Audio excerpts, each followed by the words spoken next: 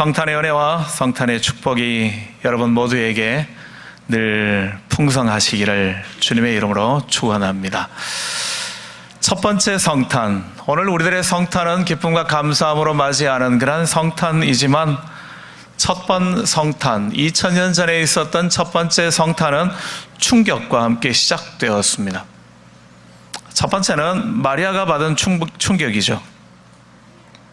아직 10대의 어린 소녀가 성령에 의하여서 잉태되었다는, 임신되었다라는 소식을 듣는 것은 그에게 충격적인 그러한 사건이죠.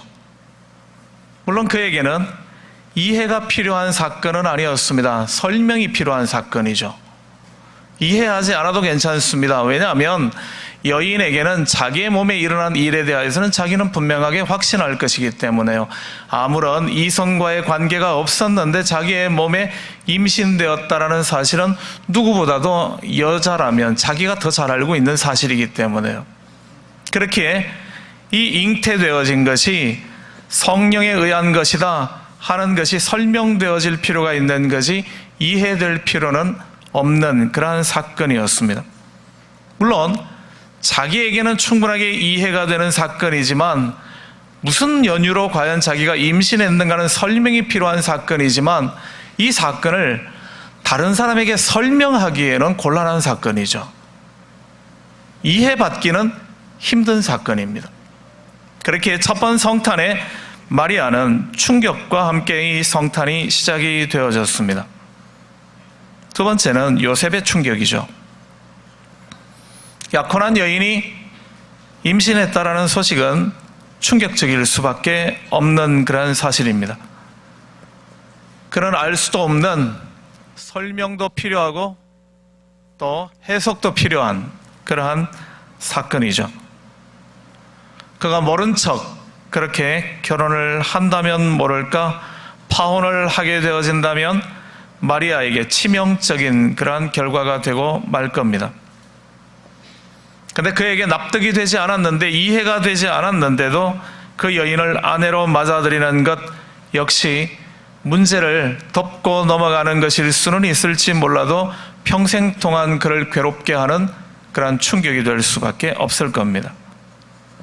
마리아에게는 자기 몸에 일어난 일이기 때문에 특별한 이해가 필요 없는, 이해되어지는, 받아들여지는 그런 사건이지만 요셉에게는 그 둘 다 필요한 사건이었기에 더 충격적일 수밖에 없는 사건이었습니다. 그런데 요셉은 마리아를 데려와서 자기의 아내로 삼게 되어지죠. 그리고 평생의 삶을 살아가면서 그는 그 일에 대하여서 의심하지 않습니다. 그리고 그 일에 대하여 고민하지도 않게 되어집니다. 어떻게 그럴 수가 있었을까요? 마리아는 그 일을 의심할 이유도 없고 의심할 필요도 없는 거죠. 자기에게 일어난 사건이었기 때문에요.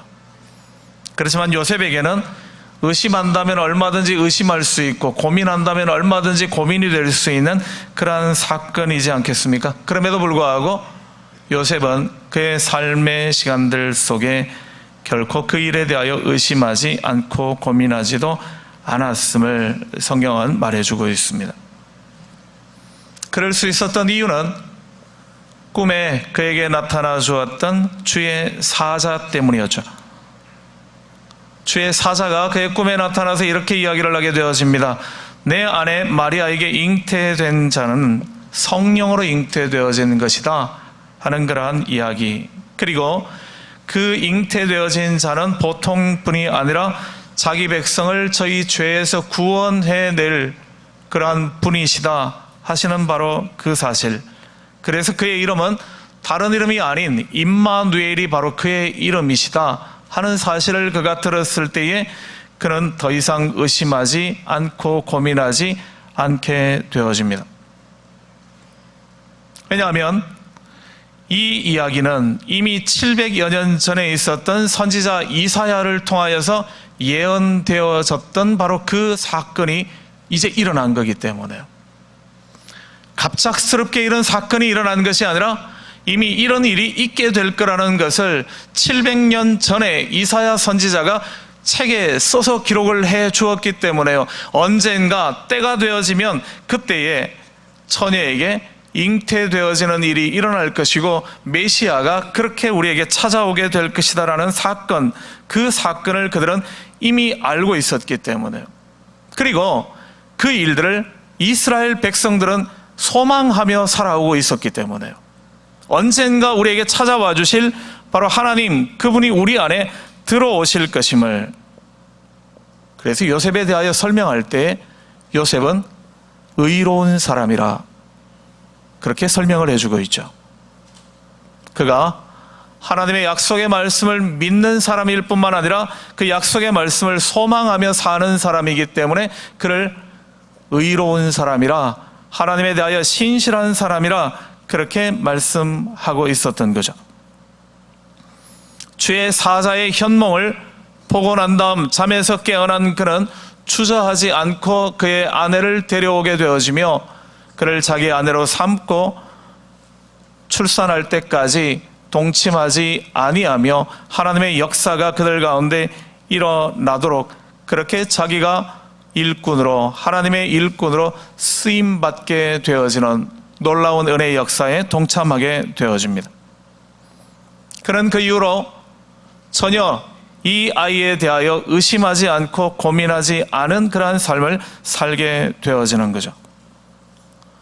처녀가 잉태했다라는 것보다 요셉에게 있어서 더 충격적인 사건은 바로 임마누엘이었기 때문에요. 처녀가 임신했다라는 사실보다도 더 놀라운 사건은 700년 전에 예언되어졌던 바로 그 사건이 이제 일어났다라는 사건이 그에게는 더 충격이었기 때문에요. 그리고 그 일을 위하여 하나님께서 자기를 사용하셨다라는 사실이 그에게 있어서는 더 감격하고 감사한 일이 되었기 때문에 그에게는 의심과 불만이나 고민이 아닌 오히려 감사와 기쁨이 되어지는 그러한 사건으로 바뀌어져 버렸음을요. 임마누엘의 사건은 바로 그러한 사건이었습니다. 임마누엘은 하나님께서 죄인들을 얼마나 사랑하시는가 하는 부분들을 보여주시는, 비록 죄 지은 자들이지만 하나님께서 당신의 백성을 결코 포기하지 아니하시고 그들 가운데로 찾아오시겠다라는 바로 그 예언이었기 때문에요.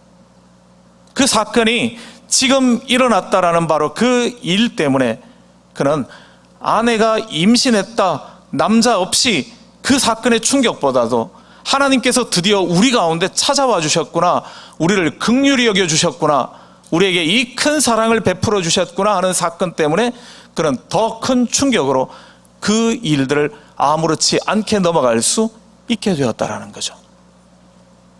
또한 임마누엘의 이 사건은 하나님께서 당신을 이 땅 가운데 보내시며 죄인들을 구원하기로 결정하신 사건이기는 하지만 그 속에 숨어있는 간과해서는 안 되는 사실은 하나님은 죄를 얼마나 싫어하시고 미워하시는가 하는 것이 그 속에 또한 숨어있기 때문에요. 그래서 충격이기도 하다라는 거죠. 하나님이신데, 천지를 창조하신 분이신데 그는 죄 지은 인간들을 그냥 용서해 주실 수는 없는가? 그냥 당신의 말 한마디로 다 이제는 용서함 받아라 그래 버리시면 되는 것 아닌가? 굳이 복잡한 방법이고 힘겨울 수 있는 방법인 하나님, 당신이 이 땅 가운데 인간의 몸으로 오시고 그리고 십자가에서 죽으시고 부활하시는 그 사건을 통하여서 인간을 구원하시기를 기뻐하시는가? 그 사건 속에, 이야기 속에 숨어있는 하나님은 죄를 얼마나 미워하고 계시는지, 죄인을 구원하시기는 기뻐하시지만 죄에 대하여서는 얼마나 단호한가 하는 부분을 깨닫게 됨으로 말미암은 충격이 있는 거죠. 그래서 하나님의 사람들에게 죄의 싹은 사망임을, 피 흘림이 없이는 결코 죄의 용서함을 받을 수 없기 때문에 그냥 말로써 용서해 주시는 것이 아니라 예수님께서 이 땅 가운데 오시는 그 사건, 엄청난 사건을 만들어내시면서 우리 안에 들어오시기로 결정하셨다라는 것이 그에게 있어서는 굉장한 충격의 사건이었죠. 그만이 아니라 오늘 우리들에게도 마찬가지입니다. 임마누엘로 우리에게 찾아와 주신 주님은 우리를 얼마나 사랑하시는가 하는 것을 이 성탄의 계절에 함께 확인해야 하지만, 또한 동시에 우리가 확인해야 할 부분은 하나님께서는 죄를 얼마나 싫어하시고 미워하시는가 하는 부분도 잊지 말아야지만 합니다. 하나님의 은혜만 강조하게 되어지는 우리들이 성탄을 기뻐하면서 간과하기 쉬운 것이 바로 그것이기 때문에요. 죄를 두려워하지도 않고 죄를 미워하지도 않고 죄악된 자리를 떠나려고 고민하지도 아니하고 몸부림치지도 아니하는 것은 성탄을 바로 이해하지 못했다라는 거죠. 요셉이 이렇게 큰 충격으로 그가 기꺼이 처녀의 잉태라는 사실까지도 받아들일 수 있게 되었던 것은 하나님께서는 당신의 이 놀라운 역사를 위하여 연약하고 부족한 인간들을 사용하신다라는 점 때문에 또한 그에게는 오히려 충격이 아니라 내 아내가 임신했다라는 사실, 그거로 말미암은 충격보다도 오히려 하나님께서 나 같은 사람을 사용하셔서 이 땅에 구원의 역사를 펼치고 계시다라는 사실 때문에 그에게는 오히려 감사가 되어지며 기쁨이 되어지는 사건이 되어버렸던 거죠. 수많은 사람 가운데 수많은 여인들이 있고 수많은 남자들이 있지만 그 가운데 목수인 요셉과 마리아를 선택하시는 이유는 그들이 하나님의 말씀에 순전한 사람이었기 때문에요. 말씀하신 그대로 이 땅 가운데 이루어 주실 것을 믿고 그 사건이 오늘 내게 일어났을 때에 의심하지 않고 그것을 받아들일 수 있는 그러한 순전한 마음을 그가 가지고 있었기 때문에 하나님께서는 그를 선택하시고 예수 그리스도를 이 땅 가운데 그들을 통하여 보내주시기로 하셨기 때문에요. 처녀가 잉태했다라는 사실보다 더 충격적인 사건은 바로 나를 사용해 주신 하나님의 은혜, 그 은혜가 더 큰 충격이었다라는 거죠. 그래서 그는 기꺼이 그 자신을 하나님 앞에 드릴 수 있게 되어지는 그 임마누엘의 하나님의 역사에 그가 귀하게 쓰임받을 수 있게 되었음을요. 성탄절은 성가대의 아름다운 찬양이 있는 그러한 예배죠. 성탄절의 예배는요, 정성껏 준비한 찬양들, 오늘 성가대의 찬양도 너무 아름답고요. 아마 오시지 못한 분들을 제가 그런다면요, 주일날 우리 엑스트라바겐자, 우리 연년주일학교 교회학교 학생들의 발표는 얼마나 감동적이었는지 모릅니다. 영상으로 올라 있으니까 여러분들이 한번 보시죠.